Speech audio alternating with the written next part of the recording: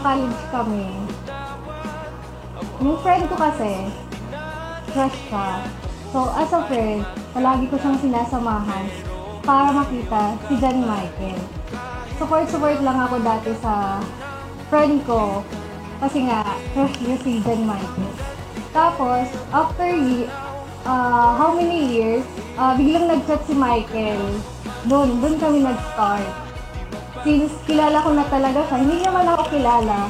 Pero kilala ko siya since nga, crush siya ng friend ko. Dumiro-mi kong pagkahilingan, siya pa ang nagdali naman sa harong para swimming, again, iniwak ko sa Encanto Falls. Tapos, pagkalaman ko, sunod-sunod na yung mga kamali. Dati malayong mangyari na mawawala na ng gana, parang paulit-ulit na. Mexico na yung love story namin. Sa natatandaan ko, una kaming nagkita sa church. Tapos after nun, nanood kami ng concert ng Mayonnaise. Doon kami naging mas close ni John Michael. Pinipilit niya ako mag-propose. Lugi mo lang ako mag-propose. Dati, gusto ko na. So, nagpaparinig na ako. Tapos, nung na-realize ko na, baka di pa siya ready. So, nag-stop ako. Then, nabigla na lang ako na nagyaya siya. Yung pasakay na ako sa bus. Sabi niya, pakasal na tayo. Nagayuma. Tinry ko sa diri kong bubuan niya kasi nagayuma.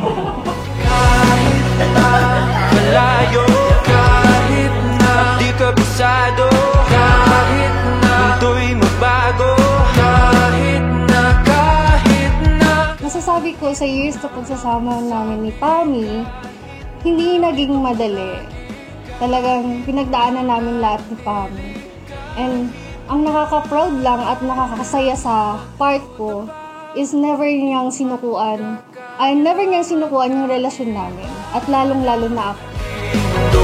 Tatayaw pa rin sa'yo, saan man mapadpad, madala o malipad, magkalayo na lang ating mundo.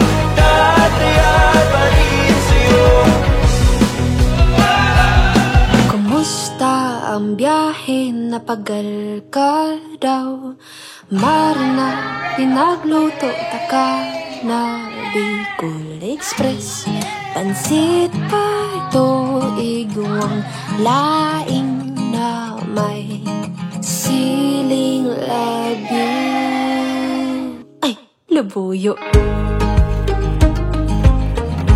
Pagkamot, ang rason kan sa tuyang pagtiripon, ang pagkamot ay ni kaibuhan man napadanayon. Asilian ang nasa kamot kan sa tuyang mga kinakasal. Kasarong pamibig sa kasal, sinasabi na pagkamot ang ginikanan ng tao, pagkamot man siya, sa pagkamot siya mabubuhay, asin sa pagkamot siya magdadanay sa buhay na daing kasagkoran.